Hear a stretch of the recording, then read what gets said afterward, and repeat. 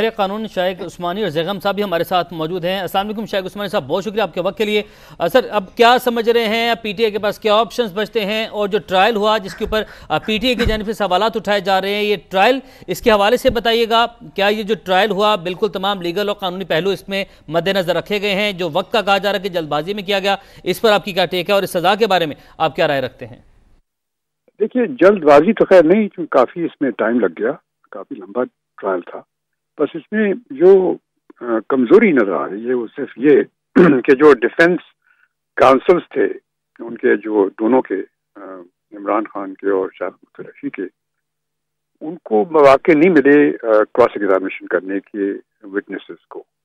और वो इस वजह से नहीं मिले क्योंकि उनके अपने जो डिफेंस काउंसिल थे दोनों के, वो मौजूद। मैं माजरत चाहूँगा, कता कलामी की मैं माजरत चाहूँगा आपसे। जो इसके तमाम लीगल और कानूनी पहलू हैं, मैं चाहता हूँ कि डिटेल से उन्हें हम डिस्कस करें आपके साथ। एहसन इकबाल साहब भी हमारे साथ मौजूद हैं, नून लीग के सीनियर रहनुमा। एहसन इकबाल साहब, अस्सलाम वालेकुम, बहुत शुक्रिया आपके वक्त के लिए।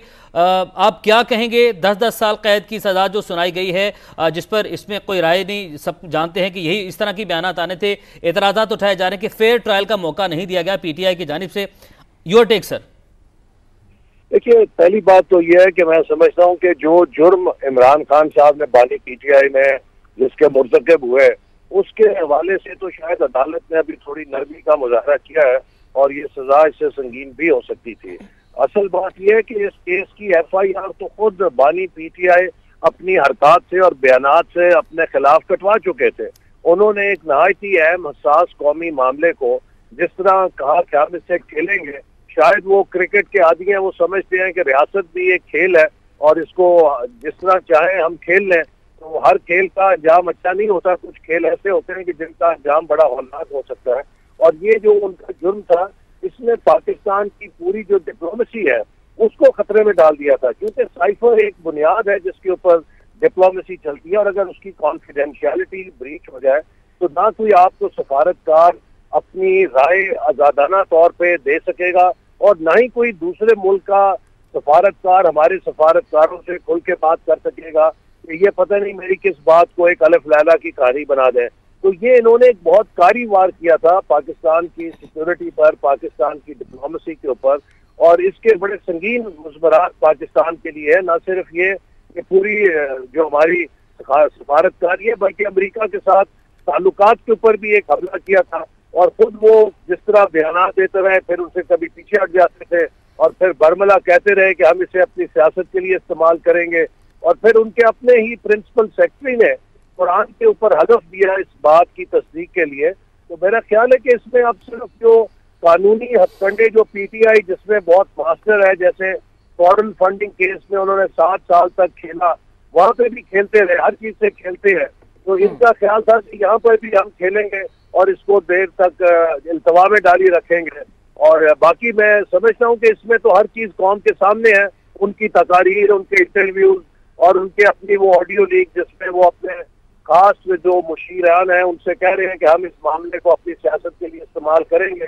तो अब ये तो एक महज कार्रवाई है जिसके तहत उनके खिलाफ सजा हुई है।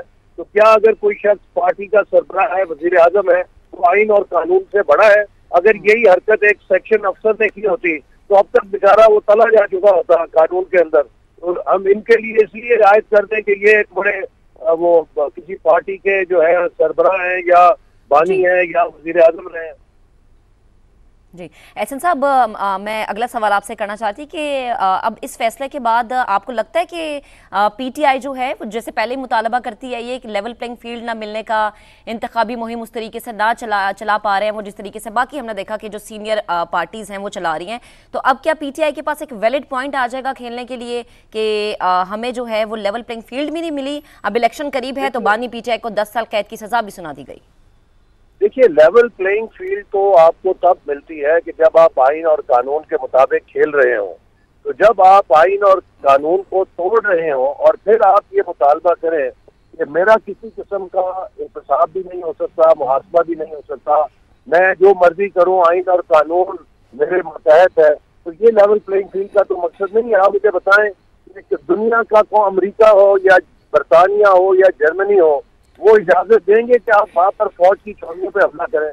वो किसी को इजाजत देंगे कि उनके जो वतन के लिए कुर्बान होने वाले जो उनके शहीद हैं उनको वो तौहीन करें, उनकी यादगारें मस्मार करें? क्या वो इजाजत देंगे कि वहां पर जो उनका फाउंडिंग फादर्स है उनके घरों को आग लगा दी जाए और वो रियासत खामोश बनी रहे? तो ये सारी जो कौमी सलामती के साथ एक घिनौना खेल बानी पीटीआई ने खेला और अपने लोगों के जरिए खेला। दुनिया का कोई भी जमहूरी मुल्क इस तरह की आज़ादी को लेवल प्लेइंग फील्ड के दर्जे में नहीं लाता, बल्कि ये पाकिस्तान है कि जहाँ पर 9 मई के अंदर मुलव्वस अफराद को इलेक्शन लड़ने की भी इजाजत है। अमेरिका में तो उन्होंने 18-18 साल सजा सुना के सदर ट्रंप के हामियों को जेल में डाल दिया जिन्होंने कांग्रेस पे हमला किया था। ठीक है, एहसन इकबाल साहब, बहुत शुक्रिया आपके कीमती वक्त के लिए, आपने अपना कीमती वक्त निकाला। ज़ैगम साहब, आपकी जानिब बढ़ते हैं। अब आप इस हवाले से आगाह कीजिएगा, क्योंकि जिस तरह की हम पहले भी कामरान मुर्तज़ा हमारे साथ मौजूद थे, उन्होंने कहा कि जब कहीं कोई जुर्म होता है तो उसकी सज़ा तो होती है। जुर्म हुआ, उसकी सज़ा मिली। इस ट्रायल के हवाले से आप क्या कहते हैं? जो ट्रायल हुआ जिस पर एतराज़ उठाया जा रहा है, क्या वो फेयर ट्रायल था? क्योंकि साइफर का मामला ऑफिशियल सीक्रेट एक्ट का मामला है, बहुत सारे एहसास मामला इसके साथ जुड़े होते हैं। आपकी कौमी सलामती के मामला, आपके सिफारती ताल्लुकात, इस सारी चीज़ के साथ जुड़े होते हैं। बिल्कुल आप ठीक कह रहे हैं। देखिए, इंतहाई गैर जिम्मेदाराना तर्ज अमल था जो इमरान खान साहब ने इख्तियार किया, और जिस वक्त वो वज़ीर आज़म थे उस वक्त ही उन्होंने इसको इस्तेमाल करना शुरू किया, और इसके पाकिस्तान की जो खारजा पॉलिसी है उस पर भी यकीनन असरात थे, और जिस तरीके से पाकिस्तान का फॉरेन ऑफिस काम करता है। और ये तो लग रहा था जैसे जैसे मामला आगे बढ़ा कि ये संजीदा केस है और किसी न किसी नौयत की इसमें सजा का मामला जो है वो होगा। अब ये देखिए, जब ये केस चला है तो हमें ये देखना चाहिए कि इसकी जो अपील है, यानी जो जमानत की अपील सुनी सुप्रीम कोर्ट ऑफ पाकिस्तान ने, उन्होंने जो राय दी, जो तबसरा दिया, उसको भी हम जहन में रखें। उन्होंने ये कहा कि जिस तरीके से ये कानून अप्लाई होता है उसमें सख्त सजा यानी उम्र कैद या सजाए मौत जो है वो उस वक्त है जब किसी गैर मुल्की ताकत के ईमा पर इसको किया गया हो। उन्होंने ये तो नहीं कहा कि आप इसको खारिज अज़ बहस है, लेकिन उन्होंने कहा कि मजीद तफ्तीश की जरूरत है। लेकिन अगर कम्युनिकेशन तक का मामला हो, यानी गलत कम्युनिकेशन इसमें हो, जैसे कि उन्होंने वापस नहीं की, रख दी, अनऑथोराइज दे दी, तो उसकी सजा जो है वो कम है। अब 10 साल की सजा दी जा चुकी है। अब आला अदालत इस बात का तयन करेगी कि क्या ये सजा ठीक है या ज्यादा है, कम है। ये तो जाहिर है जब अपीलें जाएंगी आला अदालत में तो उसमें ये बात जो है वो तय होगी। इसी तरीके से फेयर ट्रायल का मामला भी आला अदालत में जाएगा। देखिए, कोई जल्दी की बात तो नहीं है, क्योंकि ये केस ऐसा था जिसकी तमाम गवाहियां और चीजें बड़ी वाज़ेह तौर पर मौजूद थी, जो तहरीरी शक्ल में भी था, इमरान खान के बयानात भी थे, और जितने अफसरान इन्वॉल्व थे उन्होंने एक एक दफा आकर गवाही देनी थी। उसमें बहुत गहरा मामला नहीं था कि टाइम जो है ज्यादा लगता, लेकिन क्योंकि इलेक्शन के करीब, इलेक्शन से पहले सजा हुई है, तो जाहिर है इस पर सवालात तो उठेंगे और सवालात इस पर उठाए जाएंगे कि ये टाइमिंग क्यों है। लेकिन जाहिर है, मैं वही अर्ज कर रहा हूँ कि पाकिस्तान में जो सियासी मुकदमात होते हैं उनके साथ इस तरह के मामलात भी जुड़े होते हैं। ठीक है, ठीक है। ज़ैगम साहब साथ रहिएगा। अफसार आलम साहब हमें ज्वाइन कर चुके हैं। अफसार साहब, बेहद शुक्रिया वक्त देने के लिए। क्या कहेंगे साइफर केस के मामले में जो फैसला आया कि 10-10 साल बानी पीटीआई और शाह महमूद कुरैशी दोनों को कैद की सजा सुनाई गई है?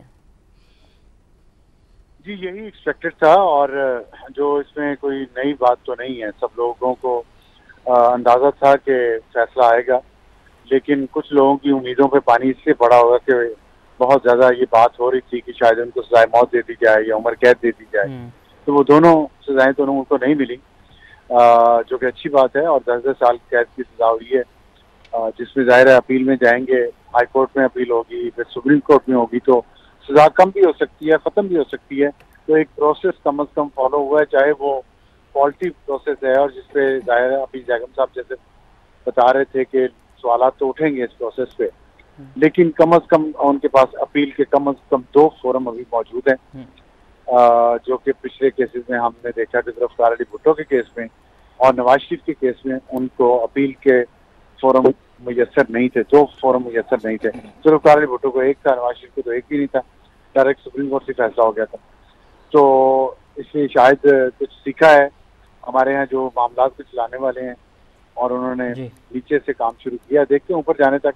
मुझे तो लगता है कि कुछ अरसे बाद चीजें अगर खान साहब ने बेहतर करने की कोशिश की तो हो भी जाएंगी। ये एक उसमें इशारा है, अक्लमंदों के लिए निशानी है।